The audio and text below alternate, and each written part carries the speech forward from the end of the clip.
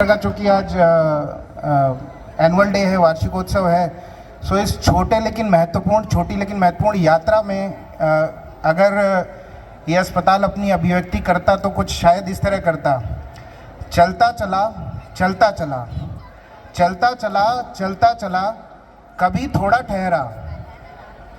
ठहरा, फिर से उठकर चलता चला। गर्मी की धूप मिली, शीतल छाँव कभी न मिली।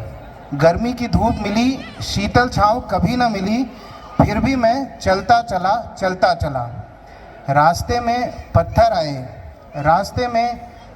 आए, खाइयाँ आई, उनको पार करके मैं चलता चला। गर्व महसूस करता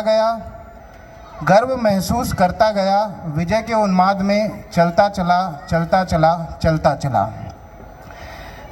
इसके बाद मैं प्रस्तुत करूंगा जो शुभ मन की प्रतिध्वनि। कभी मन शुभ हुआ तो कुछ लिखा, छोटा सा ही है। हंसना हंसाना आता है मुझे, गम की बात नहीं होती। हंसना हंसाना आता है मुझसे गम की बात नहीं होती। मेरी बातों में मजाक होता है, मेरी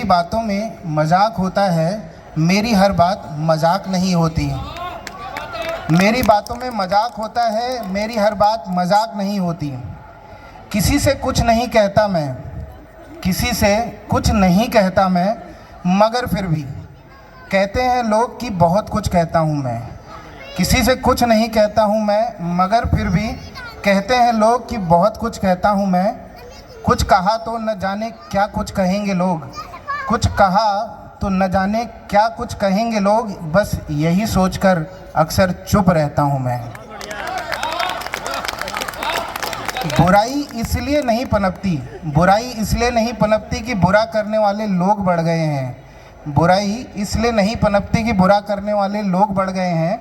बल्कि इसलिए बढ़ती है कि सहन करने वाले लोग बढ़ गए हैं। यूं तो गलत नहीं होते, अंतिम लाइनें हैं इस कविता की। यूं तो गलत नहीं होते अंदाज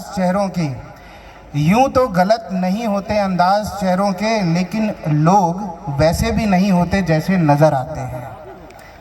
तो ये शुभ मन की प्रतिध्वनि यहीं मैं ख़त्म करता हूँ। इसके बाद मैं प्रस्तुत करता हूँ, एक लंबे विरह के बाद प्रेमी और प्रेमिका मिल रहे हैं, मिलन की अभिव्यक्ति करने की कोशिश कर रहे हैं। मैंने उसकी लंबे टाइम के बाद मिलते हैं, जो भी समझें प्रेमी मेरे का पुराना प्यार जो भी।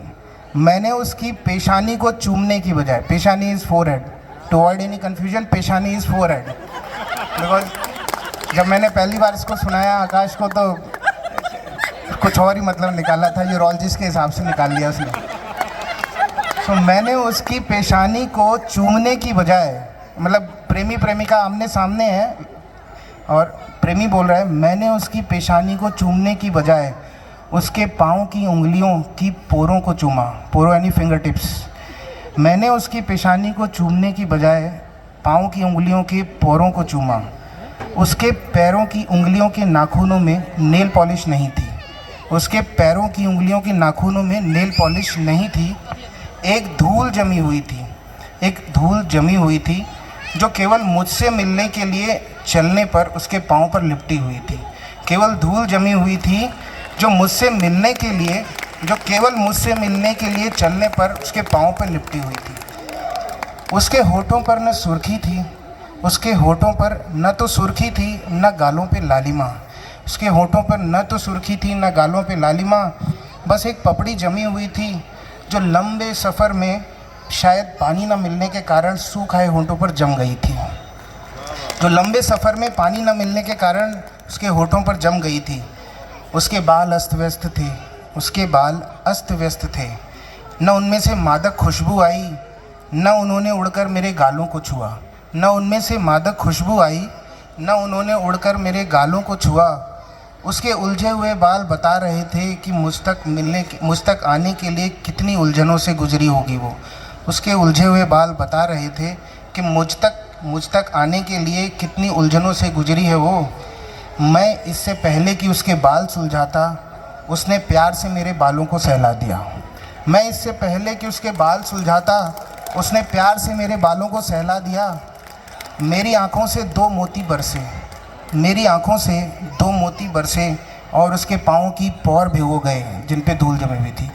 मेरी आंखों से 2 मोती बरसे और उसके पाँव की पौर भिगो गए। उसके नाखूनों पर लगी मिट्टी धो गए मेरे आंसू, उसके नाखूनों पर लगी मिट्टी धो गए मेरे आंसू।